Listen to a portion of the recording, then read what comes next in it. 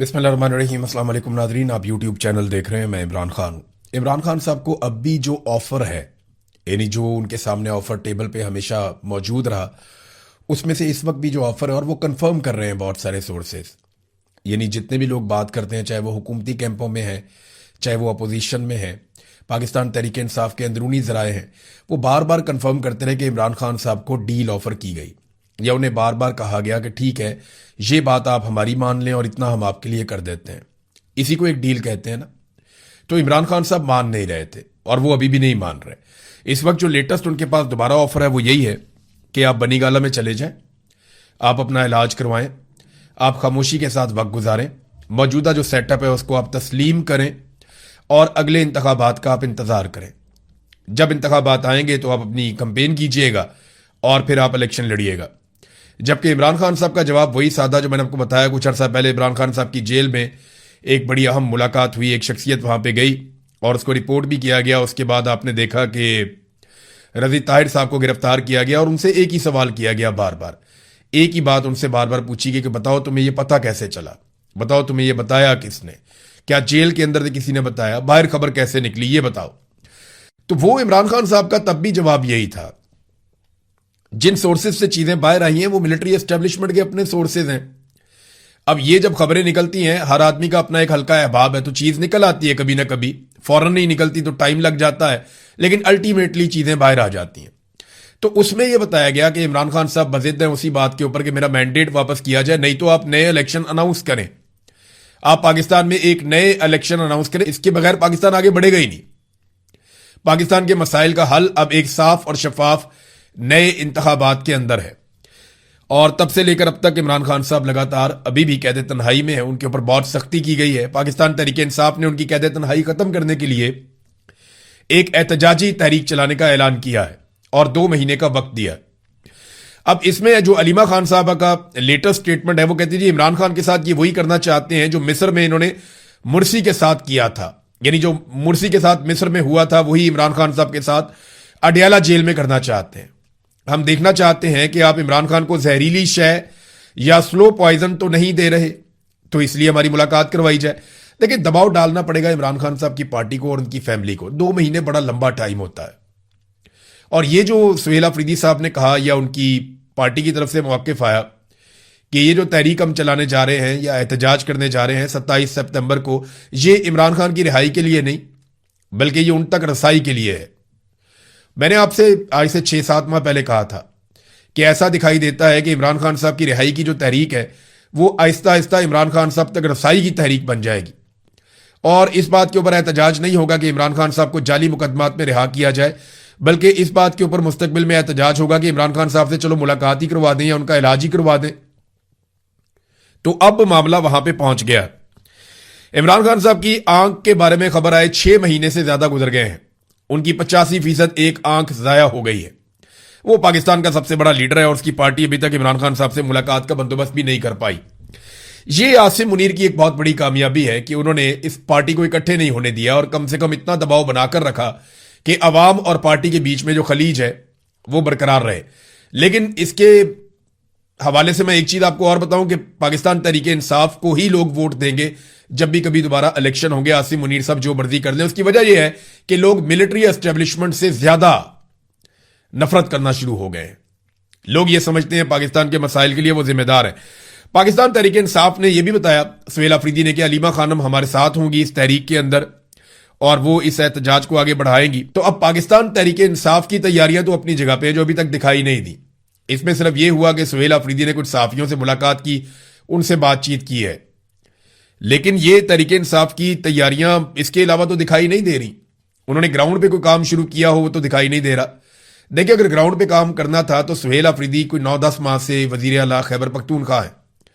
अगर उन्हें ग्राउंड पे काम करना था तो ये 9-10 माह काफी थे, इसमें वो बहुत सारा काम कर चुके होते। लेकिन 9-10 माह में उन्होंने कुछ नहीं किया तो उन्हें 2 माह मजीद चाहिए। अब वो ये कहते हैं कि जनाब मौसम की शिद्दत है, तो वो जो इमरान खान जेल में बैठा हुआ पूरी कौम के लिए जेल काट रहा है उसके लिए मौसम की शिद्दत नहीं है।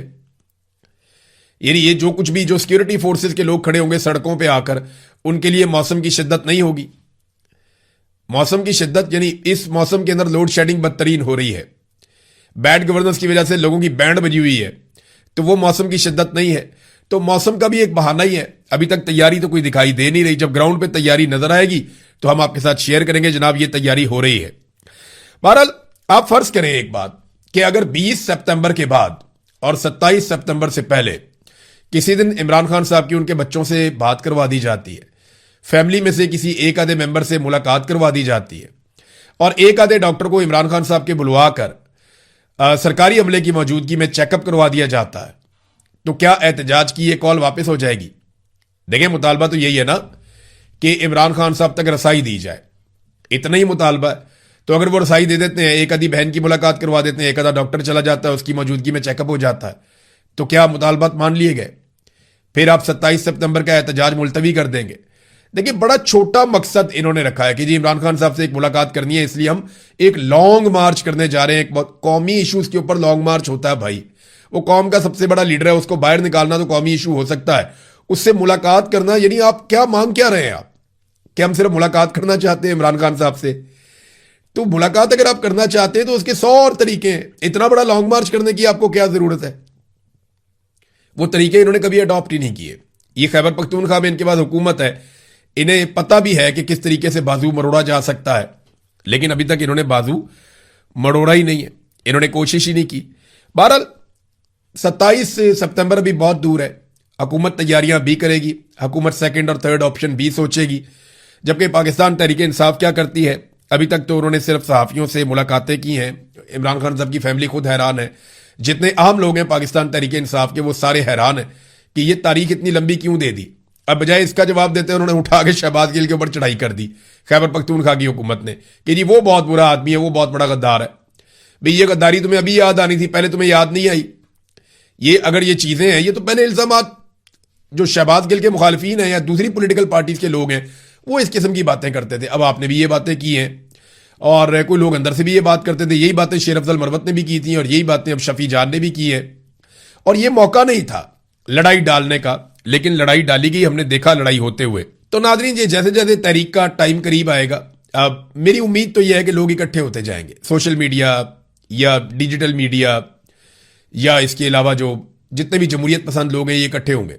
लेकिन याद रखिएगा कि फजल रहमान साहब क्या इकट्ठे होंगे, लेकिन याद रखिएगा फजल रहमान साहब मुझे अभी तक इस सारे खेल में दिखाई नहीं दे रहे। फजल रहमान साहब जो हैं वो अगर शामिल हुए भी ना तो वो किसी और की भी टीम का काम करेंगे। मुझे कभी भी फजल रहमान साहब पे इस बात पे भरोसा नहीं आया कि वो एंटी एस्टेब्लिशमेंट हो सकते हैं। हाँ, वो थोड़े बहुत स्टेटमेंट देते हैं, उसके बाद उन्हें उनका कोई मफाद मिल जाता है तो वो साइड पे हो जाते हैं। फजल रहमान साहब का मौक़िफ़ हमेशा वसूली नहीं होता, उनका मौक़िफ़ हमेशा वसूली होता है। वसूल कर देते हैं, अपना मफाद ले लेते हैं, अपनी पार्टी का मफाद ले लेते हैं और साइड पे हो जाते हैं। हमने तो अभी तक यही होते हुए देखा है। कश्तियां जलाकर कभी भी फजल रहमान साहब नहीं आते। नाज़रीन, नए सूबों की तश्कील के हवाले से पाकिस्तान की एस्टेब्लिशमेंट बड़ी क्लैरिटी उसके दिमाग में आ गई। वो ये चाहते हैं कि नए सूबे बने। अब इस किस्म की खबरें वो अपने सहाफ़ियों के जरिए से मार्केट में लॉन्च कर रहे हैं कि बहुत सारे नए सूबे बन जाएंगे जिनकी तादाद दर्जनों में होगी और उन सूबों के जरिए से एक डायरेक्ट इलेक्शन हुआ करेगा जिसमें एक सदर पाकिस्तान होगा, जिसके पास बहुत सारे इख्तियारात होंगे और अमरीकी तर्ज की एक हुकूमत पाकिस्तान में बनाई जाएगी और सदर का इंतखाब जो है वो बराह रास्त इलेक्शन से होगा। नजम सेठी साहब ने ये बात की और लोगों ने भी ये बात की। तो इसके पीछे ना सोच एक ही है कि आसिम मुनीर साहब अपने आप को एक और लेवल ऊपर लेकर आना चाहते हैं। उनके दिमाग में यह है कि फील्ड मार्शल बनके भी मुझे दूर कुर्सी पे बिठाया जाता है, तो अगर कहीं मुझे बराबर बैठने का मौका मिल जाए आलमी रहनुमाओं के, अगर मैं सदर बन जाऊं तो कितनी ज्यादा इज्जत हो जाएगी। और एक एटमी मुल्क का सदर बनना तो ये तो बहुत बड़ी बात है। लेकिन क्या वो सदर बन सकते हैं या लोग उन्हें वोट डालेंगे? लोग उन्हें वोट नहीं डालेंगे। मैं आपको यह बता देता हूं कि सनम जावेद के मुकाबले में भी फील्ड मार्शल आसिम मुनीर इस वक्त इलेक्शन नहीं जीत सकते किसी एमएनए के हल्के का। जाएं जाके लाहौर में इलेक्शन लड़के देख लें। अगर आप फॉर्म 45 वाले इलेक्शन की बात करें, आप फ्री एंड फेयर इलेक्शन की बात करें, वो नहीं जीत पाएंगे। उसकी वजह यह है कि लोगों ने 8 फरवरी 2024 को जब वोट डाले थे तो वो मिलिट्री एस्टेब्लिशमेंट की नफरत में और मुखालफत में डाले थे। लोग पसंद नहीं कर रहे जो कुछ पाकिस्तान की मिलिट्री एस्टेब्लिशमेंट ने पाकिस्तान के साथ किया। लोग जर्नैलों की सियासत से तंग आ गए, तो किसी जर्नैल को लोग वोट डालेंगे नहीं। लेकिन अगर सदर पाकिस्तान बनना है तो उनको धांधली करनी पड़ेगी बड़े पैमाने पर। और धांधली करके अगर वो एक निजाम कायम करेंगे तो याद रखिएगा पाकिस्तान की सूरत हाल नहीं बदलेगी। आप जो मर्जी निजाम ले आए, धांधली के साथ पाकिस्तान की सूरत हाल नहीं बदलेगी। अवाम का मैंडेट ही आपको कबूल करना पड़ेगा। जिस हुकूमत की पुश्त के ऊपर अवाम ना खड़ी हो या अवाम की अक्सरियत कम से कम ना खड़ी हो, वो हुकूमत मुल्क नहीं चला सकती। ये बड़ी सादा और सीधी सीधी बात है। अब नए सूबे बनाना बहुत अच्छी बात है, मेरी जाती राय आप ले। इमरान खान साहब भी ये कहते थे, जो भी समझदार आदमी है वो आपको यही कहेगा कि जितने ज्यादा आप इंतजामी यूनिट्स बनाएंगे, और बहुत ज्यादा भी बनाने की जरूरत नहीं है, लेकिन जहां पे आपका कंट्रोल ठीक हो जाए, तो जितने आप इंतजामी यूनिट्स बनाएंगे उतना ज्यादा आप बेहतर परफॉर्म कर सकेंगे। ये हर पाकिस्तानी का मानना है, जो समझदार आदमी है। कोई जिद में अड़ जाए तो अड़ जाए, लेकिन ज्यादा इंतजामी यूनिट्स बेहतर अंदाज में मुल्क को चला सकते हैं। लेकिन यह फैसला अवाम के मुंतखब नुमाइंदों को करना चाहिए, ना कि सरकारी मुलाजमीन को करना चाहिए। सरकारी मुलाजमीन अपना मफाद, अपना फायदा सोचते हैं, जबकि अवामी मुंतखब नुमाइंदे जो हैं वो मुल्क के बारे में सोचते हैं। उनकी सोच में बहुत फर्क होता है, इसीलिए पूरी दुनिया में अवाम के मुंतखब नुमाइंदे ही ये बड़े बड़े फैसले करते हैं। अब नाज़रीन, सिस्टम कोलैप्स हो रहा है, रोजाना की बुनियाद पे सिस्टम खुद बता रहा है कि वो कोलैप्स हो रहा है।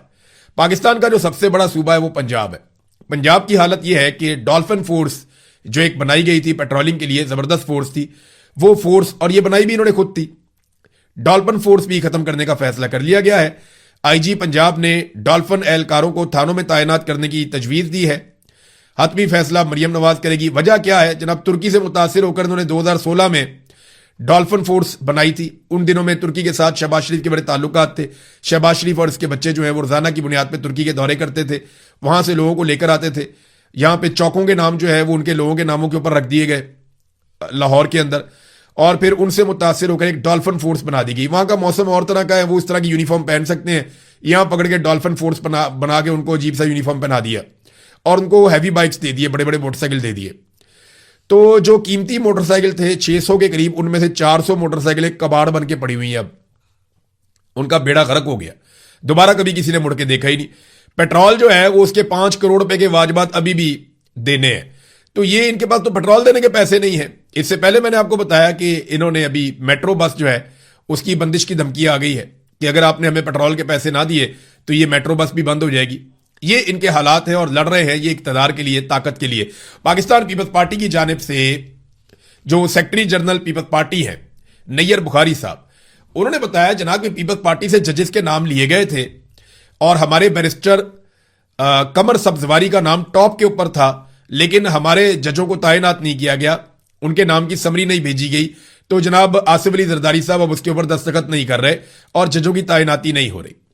लेकिन यहां पे अब हुआ क्या, इसको जरा समझिएगा थोड़ा सा। पीपल्स पार्टी अपने जज लाना चाहती है, नून लीग अपने कारकुनों को जज लाना चाहती है। अगर पॉलिटिकल पार्टियों के कारकुन जज बनेंगे तो इंसाफ कैसे होगा और कब होगा? पाकिस्तान की मिलिट्री एस्टेब्लिशमेंट ने अपने फायदे के लिए एक ऐसी आईनी तरमीम पास कर दी जिसके मुताबिक जजों की तैनाती के इख्तियारात सियासतदानों के पास चले गए और सियासी पॉलिटिकल पार्टियों के पास चले गए। अब मिलिट्री एस्टेब्लिशमेंट ने अपना काम तो निकाल लिया, लेकिन इन सियासतदानों की चांदी हो गई। अब ये अपने अपने कारकुनों को लाकर जज लगा रहे हैं। तो एस्टेब्लिशमेंट का ये वाला टाइम तो गुजर जाएगा, यानी उनको ज्यादा से ज्यादा ये इमरान खान को जेल में रखा जा सके, हमारे खिलाफ कोई फैसला ना आए, कोई हमें चैलेंज ना करे, ज्यादा से ज्यादा उनका ये मामला है ना। लेकिन ये जो जुडिशरी अब बन रही है, पूरा का पूरा इदारा तबाह हो रहा है, ये आने वाले सालों में अवाम की क्या हालत करेगा इसका किसी ने सोचा भी नहीं। इन्हें आइडिया भी नहीं था कि इन्होंने अपनी बोटी के चक्कर में अदलिया का पूरा बकरा ही ज़िबा कर दिया, बल्कि ऊंट ज़िबा कर दिया अपनी एक छोटी सी बोटी के चक्कर में कि जनाब हमें कोई ना पूछे, हमें कोई ना छेड़े। इसके बजाय आईनी तरमीम ये ले आते कि जनाब हम अनटचेबल हैं, हम मुकद्दस गाय हैं, हमें कोई नहीं छेड़ सकता। एक ऐसी आईनी तरमीम करवा लेते अदलिया का बेड़ा गर्क करने की बजाय। अब जो अदलिया की हालत हो गई है ना, इसकी कीमत पाकिस्तान और पाकिस्तानी चुकाते रहेंगे। बड़ा अनफॉर्चुनेट है, बदकिस्मती है पाकिस्तान की कि इन जर्नैलों ने अपने छोटे से फायदे के लिए, अपने छोटे से मफाद के लिए पाकिस्तान की अदलिया का हुलिया बिगाड़ दिया।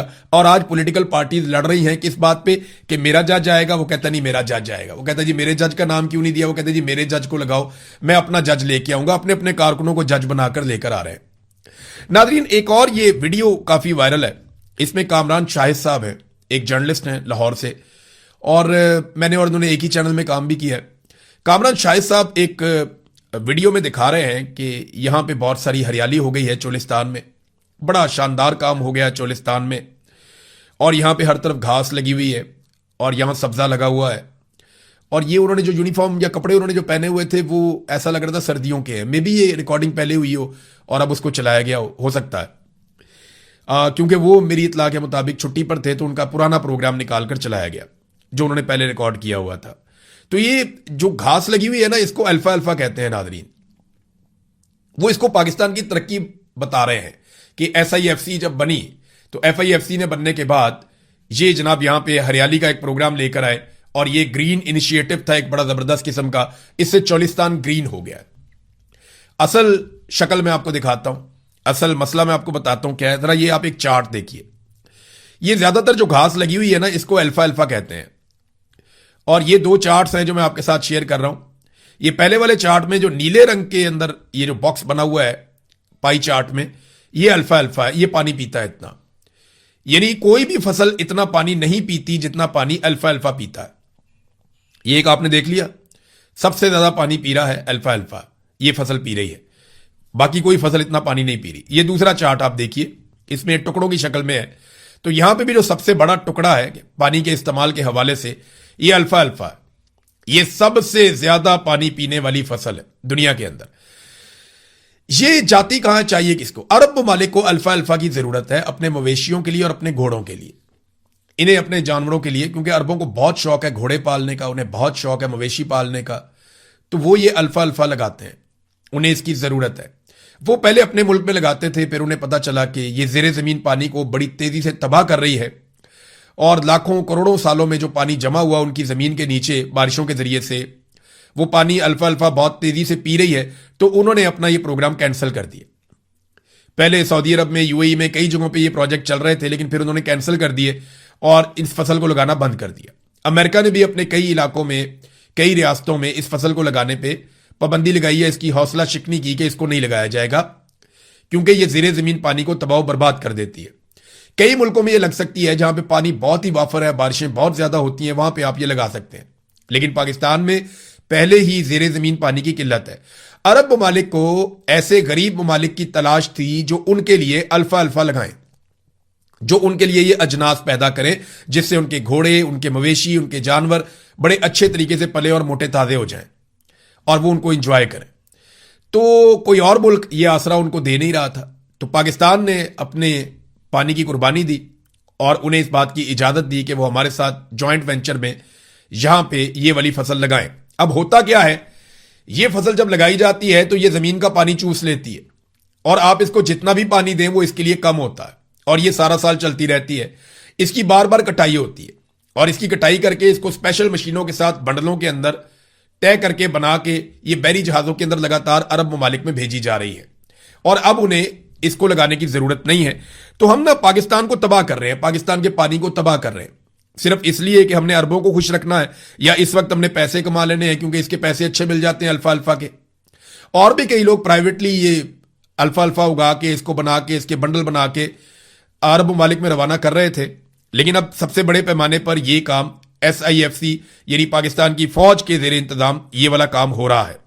अरब ममालिक ने खुद बंद कर दिया इसको उगाना, अमेरिका ने खुद बंद कर दिया इसको उगाना, दुनिया के कई ममालिक ने इनकार कर दिया हम इसको नहीं उगाते, लेकिन पाकिस्तान में हम इसे उगा रहे हैं और इसके जरिए से जेरे जमीन पानी हम तबाह कर रहे हैं अपना। अब हमारा मामला यह है कि हम किस तरीके से अपना पानी बचा सकते हैं। देखिए, पानी जो है ना, वाटर इज लाइफ। पाकिस्तान के लिए आने वाले सालों में सबसे बड़ा मसला जो है वो पानी का बनने वाला है। ये सियासी मसाइल, ये एटमी मसाइल, ये जंगी मसाइल, ये जमीनी मसाइल, ये सारे कुछ भी नहीं रहेंगे जो पानी का आने वाले सालों में आपको मुश्किलात का सामना करना पड़ेगा। तो हमें बहुत तेजी से अपना पानी बचाना है और यह बहैसियत कौम हमारी रिस्पॉन्सिबिलिटी है। हमारी हुकूमत को होश के नाखून लेने चाहिए। हमें करना क्या पड़ेगा? देखिए ना, लोग ये पूछते हैं कि जनाब आप मसला बता देते हैं, आप इसका हल नहीं बताते। तो मैं आपको यहां पे 10 चीजें बताता हूं जो आपको करनी पड़ेंगी तो आपका पानी बचेगा, वरना आपका पानी नहीं बचेगा। नंबर 1, आपको भारत के साथ मामला तय करने पड़ेंगे ताकि वो आपका पानी ना रोके। उसको बाउंड करना पड़ेगा, चाहे लड़के, चाहे प्यार से, चाहे कुछ भी करके आपको भारत से अपना पानी छुड़वाना पड़ेगा। नंबर 2, आपको पानी के नए रिजर्व बनाने पड़ेंगे, रिजर्वॉयर बनाने पड़ेंगे, आपको डैम्स बनाने पड़ेंगे। देखिए, अगर आप पूरे मुल्क में हुकूमत छीन के यहां पे कायम रह सकते हैं तो आप डैम्स बना के भी कायम रह सकते हैं, चाहे वो मुतनाज़े क्यों ना हो। तो आपको वाटर रिजर्व बनाने पड़ेंगे। नंबर 3, आपको ज़रूरी ज़मीनों के ऊपर जो कॉलोनियां बन रही हैं, ये सिलसिला आपको रोकना पड़ेगा, इसको फौरन बंद करना पड़ेगा। फिर जो पानी के कुदरती रास्ते हैं, जो पानी के बहाव का रास्ता है, जहां पुराने नाले बहते हैं, बारिशी पानी बहता है, उन रस्तों के ऊपर जो रास्ते में रुकावटें अब बनाई जा रही हैं या कॉलोनियां काटी जा रही हैं या बंद बांधे जा रहे हैं, वो बंद भी आपको खत्म करने पड़ेंगे। फिर आपको जंगलात लगाने होंगे ताकि वक्त पर मुनासिब मिकदार में बारिश पाकिस्तान में होती रहे। नंबर 6, आपको काश्तकारी के जदीद तरीकों को मुतारिफ करवाना पड़ेगा और उस पर फंडिंग करनी पड़ेगी कि जिसमें पानी कम इस्तेमाल होता है और पैदावार ज्यादा होती है। यानी दुनिया में अब काश्तकारी के ऐसे तरीके मैसर हैं जहां आप 25% पानी इस्तेमाल करते हैं और दुगनी पैदावार हासिल करते हैं। यानी आप जितनी पैदावार हासिल कर रहे हैं, अब फर्ज करें आप 1000 लीटर पानी में जितनी पैदावार हासिल कर रहे हैं, उससे दुगनी पैदावार आप 250 लीटर पानी में हासिल कर सकते हैं। दुनिया में इस किस्म के जदीद तरीके जो हैं वो काश्तकारी के अपना लिए गए हैं। पाकिस्तान को उन पे काम करने की जरूरत है। फिर बोरिंग पर पाबंदी लगाई जाए, खास तौर पे उस बोरिंग के ऊपर के जमीन से आप बोर करके पानी निकाल लेते हैं, जिसका दिल करता है जहां मर्जी बोर करता है पानी निकाल लेता है। आप बोरिंग पर पाबंदी लगाएं, खास तौर पे उन जगहों पे जहां पे फ्लड इरिगेशन करते हैं, यानी बोर करते हैं, पानी को इकट्ठा करते हैं, टैंकी में इकट्ठा छोड़ते हैं, पानी बहता हुआ जाता है फसलों में, ऐसे वो गलत है। अगर आपने बोरिंग करके पानी निकाल रहा है तो फिर आपको ड्रिप इरिगेशन पे आना चाहिए या आपको स्प्रिंकलर लगाने चाहिए जो पानी को बहुत थोड़ी मिकदार में देते हैं लेकिन हर फसल तक या हर पौधे तक पानी पहुंच जाता है।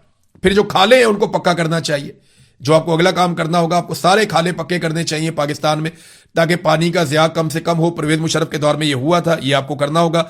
हर साल बाकायदा दुरुस्त तरीके से आपको भल सफाई करना होगी, यानी जितनी भी नहरें हैं उन सब की सफाई की जाए, हर साल की जाए, बाकायदा महकमा इसके ऊपर काम करे। लेकिन हमने भल सफाई कई कई साल होती हुई देखी ही नहीं है।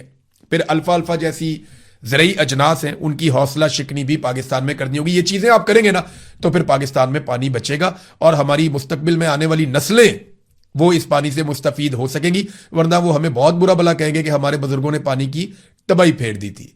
अब तक के लिए इतना ही। अपना ख्याल रखिएगा, अपने इस चैनल का भी। अल्लाह हाफिज़।